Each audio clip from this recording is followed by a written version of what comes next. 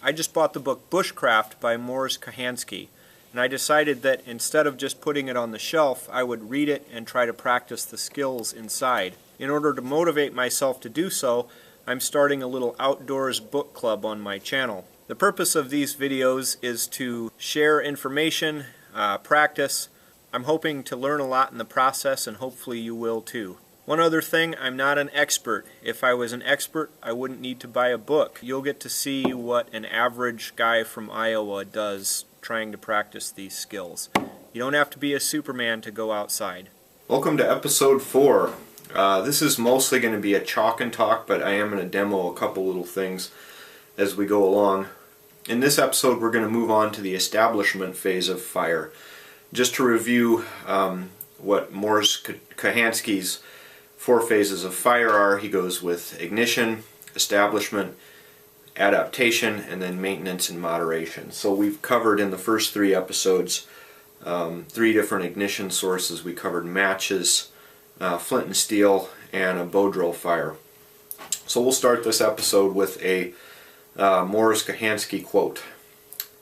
"Moisture is a major hindrance in fire lighting." Okay, that's some information that would have been nice to have before I tried to start a fire with a bow drill when it was raining. Mors offers a very scientific explanation. He says that it takes 540 calories to evaporate a gram of water, and once it's evaporating, that sucks basically heat out. So that's why when you get out of a swimming pool, you feel cold because that water is evaporating off of you. If you have a lot of moisture in your kindling, most of the heat that is generated by your ignition source is used up just drying out your tinder and kindling and things. Now, if we could only figure out how magnets work. He offers some advice in dealing with moisture. That's that next to the ground, the air is typically cooler and more moist, so if you can get your tinder bundle up at chest level when you're trying to ignite it instead of holding it down on the ground. Also, the wood size determines how quickly and intensely a fire will burn. If you take one log and you try to burn it, it has a surface area of, say, 1 meter. If you chop it up into fine pieces so that the surface area is 10 meters, you're going to transform the energy from the wood and into fire and heat and all those other sorts of things. You'll get the same amount of energy during that transformation if it's one piece or if it's very fine pieces. However, the fine pieces of wood will generate that energy much more quickly and more intensely. And just to be clear, you're not generating energy when you burn wood, you're transforming the energy. Now he talks about kindlings. He says that fire is established by applying an ignition source to a fine fuel or kindling. He says that kindling and tinder are not the same things. Tinder is something that will glow when you apply either a spark to it or a heat source. So tinder is like the char cloth that you use when you light your flint and steel, and it's also that wood dust that you create when you do a bow drill fire. He breaks kindling up into fine and coarse. Fine kindling is any kindling that will ignite from a glowing ember. So your char cloth that's been sparked or your coal from your bow drill fire. He gives 4 good examples. He lists the inner bark of the black poplar. Now, I wasn't sure what he was talking about with black poplar, so I looked it up. And it is a type of cottonwood, so the stuff that I call cottonwood where I live, and it seems like we are using it the same way. It's probably just a little bit different variant of what I have here locally. He says that that's the best stuff going if you want to go from a bow drill ember into a flame. The second kindling option he mentions is dry grass. It's great in winter. There's plenty of it around and it's usually pretty dry. It's a little bit harder to find it and use it in summer. It's a good tinder to use for flint and steel. He briefly touches on old man's beard, and he says that it's best used in the winter when it's dry, and that it can be difficult to use in high humidity because it soaks up moisture. I have a version of that kindling locally that I showed in episode 2, but I'm not sure we're talking about the same thing. In fact, I know we're not. He mentions that you can put that underneath your clothing and dry it out, and it should ignite a little easier. Finally, he says that any firm wood of low resin content can be scraped, and you can use those scrapings to blow into a fire with your ember. He says that high resin content scrapings do not work as well with an ember. So here's a technique for making the fine shavings that he was talking about out of non-resinous wood. I'm kind of bracing this against my stomach, and I'm holding the knife perpendicular to the wood, and you just kind of scrape, and you're going to get nice fine shavings off of there. Notice that I'm catching them on a piece of cardboard just to keep them all in one spot. The other thing I tend to do when I make these is choke up on the knife and put my thumb up there and kind of hold it like this.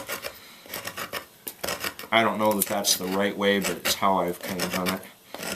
And basically what you want to do is you want to get a good sized pile of these, and you can either strike them with a fire steel or and I've never tried this. You can supposedly take a ember from your char cloth or from a bow drill and also light these.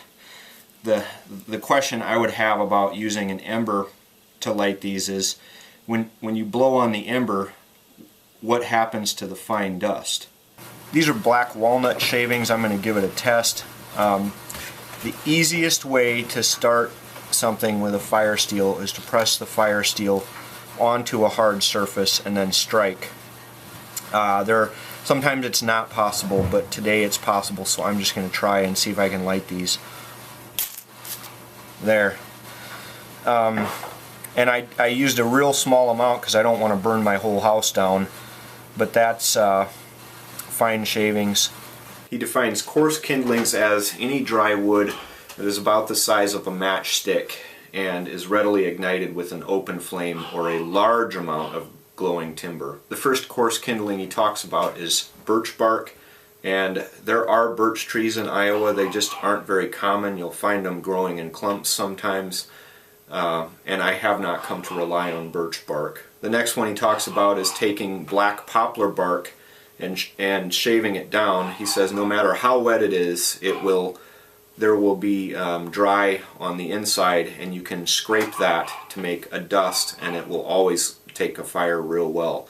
I'm going to have to try that on my local species of cottonwood and see how it works for me. The next coarse kindling he talks about is conifer resin, and he says it's the most important fire lighting material to be used with matches in the northern forest. He says that the wood at the base of dead lower branches of pines is usually saturated with resin. And what you can do is break them off and then split them up, and then that wood is very flammable if you use a match. The other thing he says is any kind of a resin soaked bark.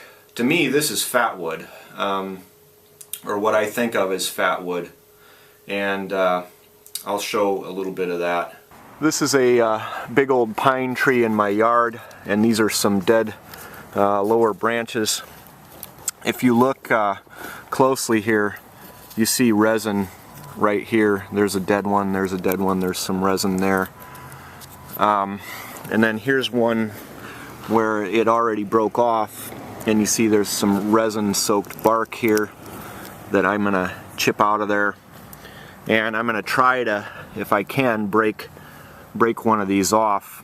So I'm going to try to get some of this resin soaked bark out of here if I can. Just using my knife to kind of pry it.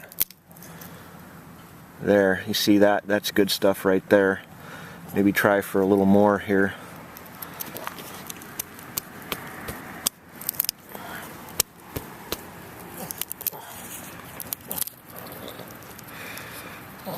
Okay, I'll try some of this stuff. Okay, so I'm going to try this. I don't know if it's going to work. If you didn't have a sledgehammer, you could use a big old rock or something, but I'm going to try this in a little bit more controlled manner here.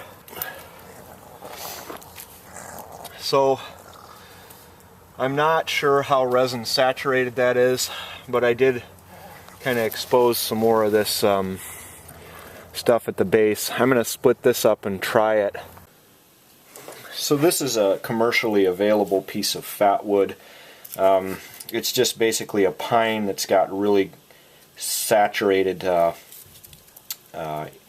with resin, and I think most of this commercially available stuff is a byproduct of the logging business. And what happens is they cut the tree down and sap keeps flowing, and then later on they come back and take the stump and split it up for us yahoos that don't have it. And let's see how well this ignites. Yeah, it's almost explosive. And remember, fire burns up, so if you tilt it like this, it'll burn pretty well. Now this is a piece of the resin-soaked bark from the base of that dead limb. Let's see how well this does with a match. Get some of the resiny part here. Yeah, it's lighting real well. Look at that stuff bubble. It's a lot like the commercially available fat wood. This is good tinder. And what we've got here is a failure to communicate. This is a piece of that stuff that I broke off the base of the pine tree. I'm going to see how well this does. It doesn't look the same as the other fat wood stuff, but I'll take a kind of a fine little piece of it here and we'll see if we can light it and how it does relative to just regular pine wood.